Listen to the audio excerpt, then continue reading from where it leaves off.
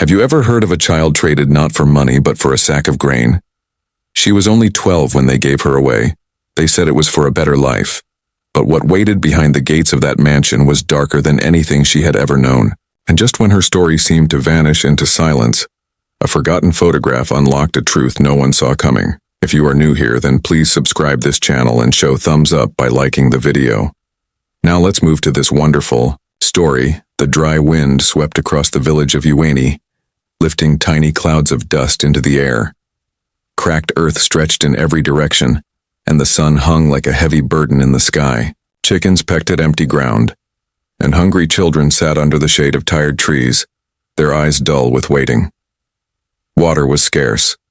Food was even rarer. In one of the smallest huts at the edge of the village, a young girl named Amari sat quietly beside a wooden stool. Her dress was faded and her feet were bare, but her spirit was still bright. She had learned not to complain, even when her stomach growled. Her hands were calloused from helping with chores, and her mind was filled with dreams of school and books she had never seen. Amari lived with her aunt and uncle, Lakin and Nene. They were kind in their own way, but life had turned them hard. With 5 children of their own, there was never enough to go around. Still, Amari helped as much as she could, gathering firewood, fetching water from the distant stream, and feeding the goats when there was food for them. That afternoon, the village was buzzing. A car, shiny, large, and unfamiliar, rolled into Ueni, its tires stirring the dirt road. People stepped out of their homes to stare. Cars didn't come here often. Some whispered. Others watched from behind walls. From the car stepped a tall man in a clean shirt and a woman with a scarf tied tightly around her head. Their faces were smooth, untouched by the sun. They introduced themselves as Mr. and Mrs. Okoro, from the city. They said they were looking for a child to bless with a better life. Lakan and Nain stood at the edge of the gathering crowd, watching closely. The couple seemed polite, even kind. They said the child they took would go to school, eat well, and live in a house with electricity and clean water. They didn't say much more. When the Okoros came to their hut, Nene's eyes flicked toward Amari. She didn't speak at first. Lakin cleared his throat and asked carefully, "What do you want in return?" Mr. Okoro smiled and opened the trunk of the car. Inside sat a large sack of rice. Clean. White. More food than they had seen in weeks. He lifted it out and placed it in front of them. "This is just the beginning," he said. "Your niece will have a future. She'll thank you one day." Amari stood frozen. Her heart pounded.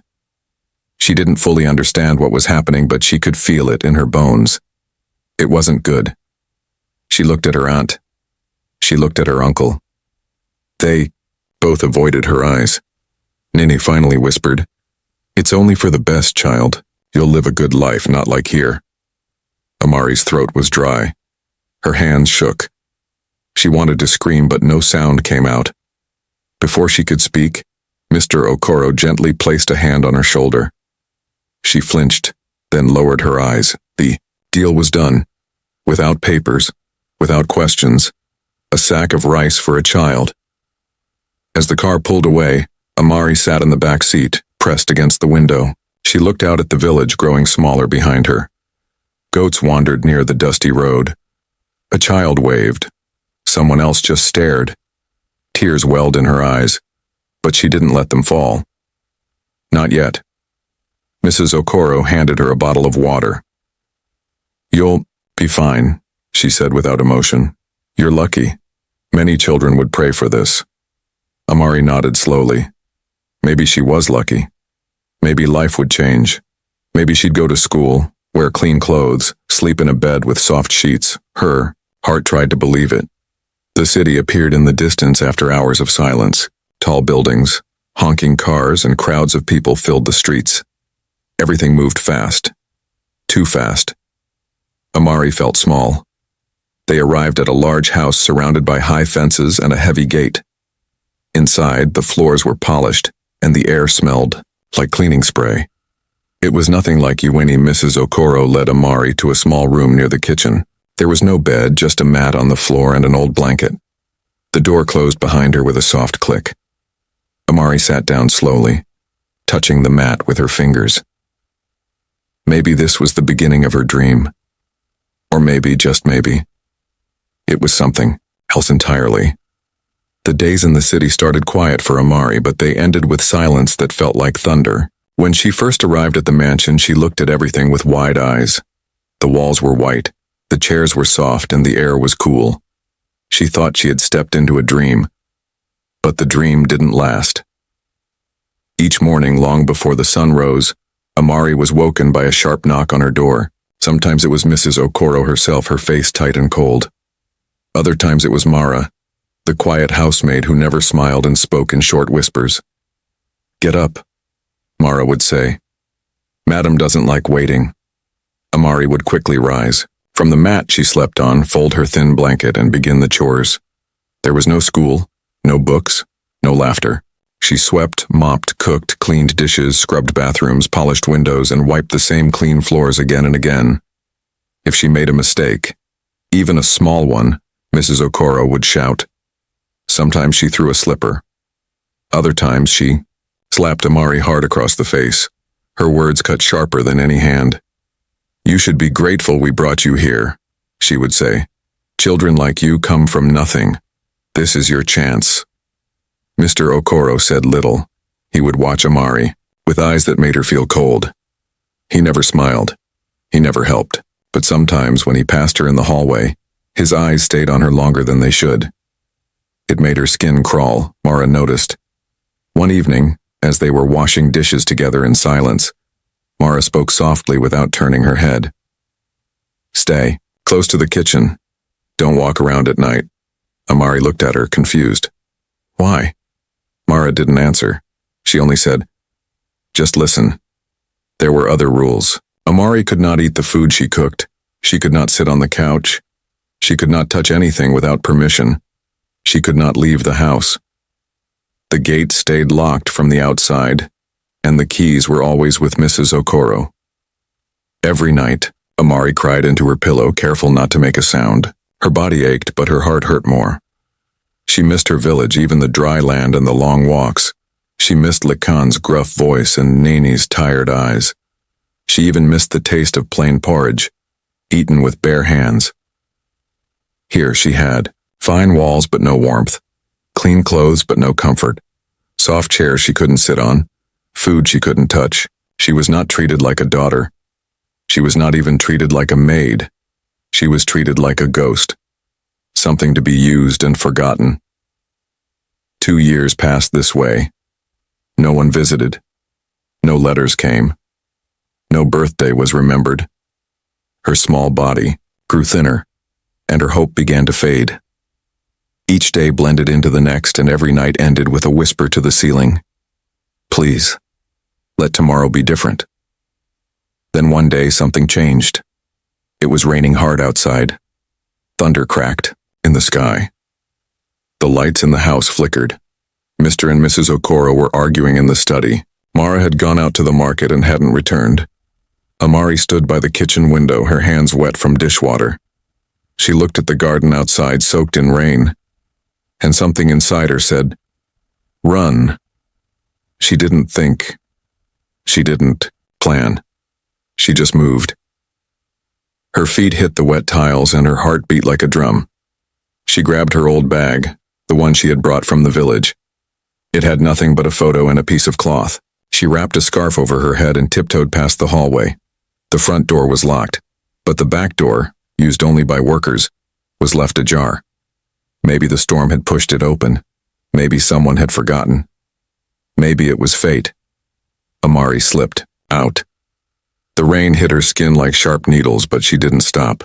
She ran barefoot, her feet sinking into the muddy grass. The wind pulled at her clothes. Her breath came in short gasps. She didn't know where she was going. She didn't care. She only knew she had to leave, to escape, to breathe again behind her. The mansion faded into the storm. No one saw her. No one called her name.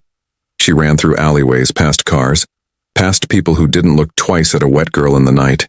She ran until her legs gave out, until the city lights became shadows, until her tears mixed with the rain. She curled up under a bridge that night, her arms wrapped around her knees, her heart pounding in her chest. The world was big, cold, full of danger, but she was free. She didn't know what would happen tomorrow. But for the first time in 2 years, she had a choice. The mansion felt empty without the sound of footsteps in the kitchen, the clinking of pots, or the soft sobs that sometimes came through the walls at night. Mrs. Okoro sat at the edge of the dining table, tapping her fingers on the glass surface. Her eyes were tired and her lips tight with worry. Amari had disappeared. The storm that night had passed, but it had left behind silence. At first, the Okoros were angry. Mrs. Okoro shouted, blaming Mara and the guards. Mr. Okoro paced the hallway, with a clenched jaw. But as the hours turned into a day and the day turned into 2, anger turned into fear. Mara stood quietly by the kitchen doorway.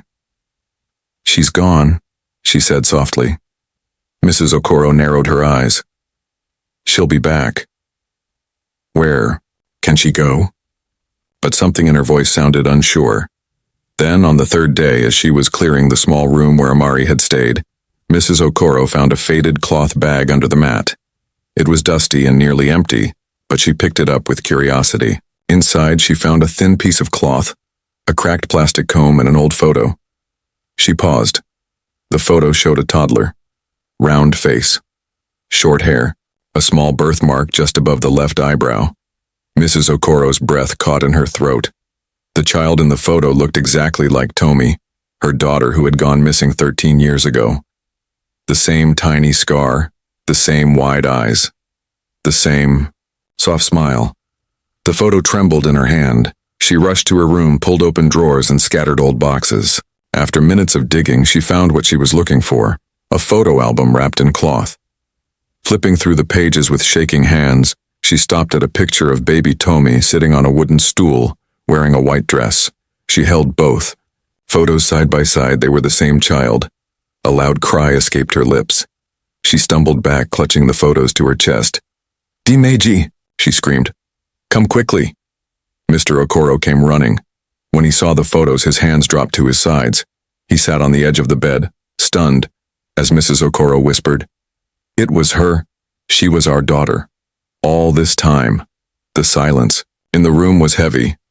"We treated her like a stranger," she said, tears rolling down her face. "We punished her, starved her. She slept on the floor." Mr. Okoro could not speak. His eyes were wet. He remembered the way Amari had looked at him, scared, quiet, always unsure. He had felt something but never understood it. Now he did. They had to find her. They searched the streets near their house, asked shopkeepers, questioned bus drivers, and paid radio stations to make announcements. They described her face, her age, and even offered a reward. But no one had seen her. Mrs. Okoro suggested they return to Ueni, the village where they first found her. Maybe someone there knew more. The drive felt longer than before. When they arrived, they found the hut where Lekan and Nene once lived now empty. Weeds grew along the walls and the door hung loosely on broken hinges. They asked around until an old farmer pointed them to another village, 3 hours away.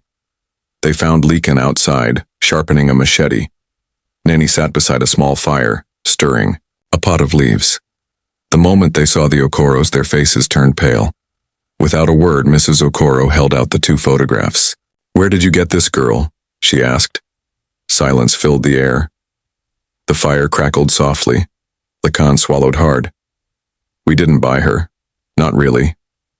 "Then how did she come to live with you?" Mr. Okoro asked, his voice quiet but firm. Nene looked at the ground. "We found her 13 years ago. She was alone in the forest. We were walking home from the farm when we heard a baby crying. It was strange. No house nearby. No one around. They explained that when they found the baby, she was covered in a white powder and had small cuts on her feet. There was no note, no clothing, no name. People told us it might be a curse," Nini said. "Some thought she was used in a failed ritual. They said we should leave her, but we couldn't. We took her home. They raised her in secret at first. Then as she grew older, they told others she was a distant relative. We named her Amari," Lekan said. "But when hunger came, when we had no food, We gave her away for rice. Mrs. Okoro covered her mouth, tears spilling. She couldn't hold back the sob that rose in her chest. You gave away our daughter, she said. You gave her away. Mr. Okoro sat down on a nearby bench, his hands over his face. The pain was heavy in the air. Lacan looked at them. We didn't know she belonged to anyone. We were just trying to survive. The Okoros left that village with heavy hearts. They had found the truth, but they had not found their daughter. Amari was still missing, but now they knew who she truly was. Their Tomi. 3 months passed. Each day felt longer than the last for Mrs. Okoro. She barely slept. She rarely ate. She spent her mornings staring out the window and her nights weeping in silence. Mr. Okoro stayed quiet, lost in guilt and regret. Their house, once filled with control and order, now echoed with emptiness. Amari was still missing. They searched every neighborhood, left flyers at bus stations, called shelters, and visited hospitals. Nothing. The girl they had once overlooked now lived in their minds every second. She wasn't just any girl. She was their daughter, their Tomi, the one they had mourned for over a decade, the one they had unknowingly hurt with their own hands. Then, on a cloudy afternoon, something happened. They were driving through a busy part of the city, heading to a market in a nearby town. Traffic was slow. Horns blared. Street sellers knocked on car windows. Up ahead, a crowd had gathered outside a supermarket. People were shouting, some were pushing, others were holding sticks. What's going on? Mrs. Okoro asked, rolling down the window. A woman passed by and shouted, They caught a thief. A girl. She stole rice and money from the shop. Mrs. Okoro leaned forward, trying to see. Through the gaps in the crowd, she caught a glimpse of messy hair, torn clothes, and a body curled on the ground. Her heart dropped. Stop the car, she screamed. Before Mr. Okoro could park, she pushed the door open and ran. The moment she reached the front of the crowd, her knees buckled. It was Amari. Her face was swollen. Her lip was bleeding. Someone had wrapped a tire around her chest. Her clothes were soaked in fuel. People were shouting, ready to set her on fire. Stop! Mrs. Okoro cried, throwing herself over Amari. She's my daughter. Please don't do this. The crowd gasped. Mr. Okoro rushed forward. She's our daughter, he said. Please let us take her. A woman stepped out. It was the shopkeeper. Her name was Mama Ejiro. Her eyes were full of anger. This girl stole rice and over 10,000 naira from my shop, she shouted. I saw her myself. We'll pay it all, Mr. Okoro said.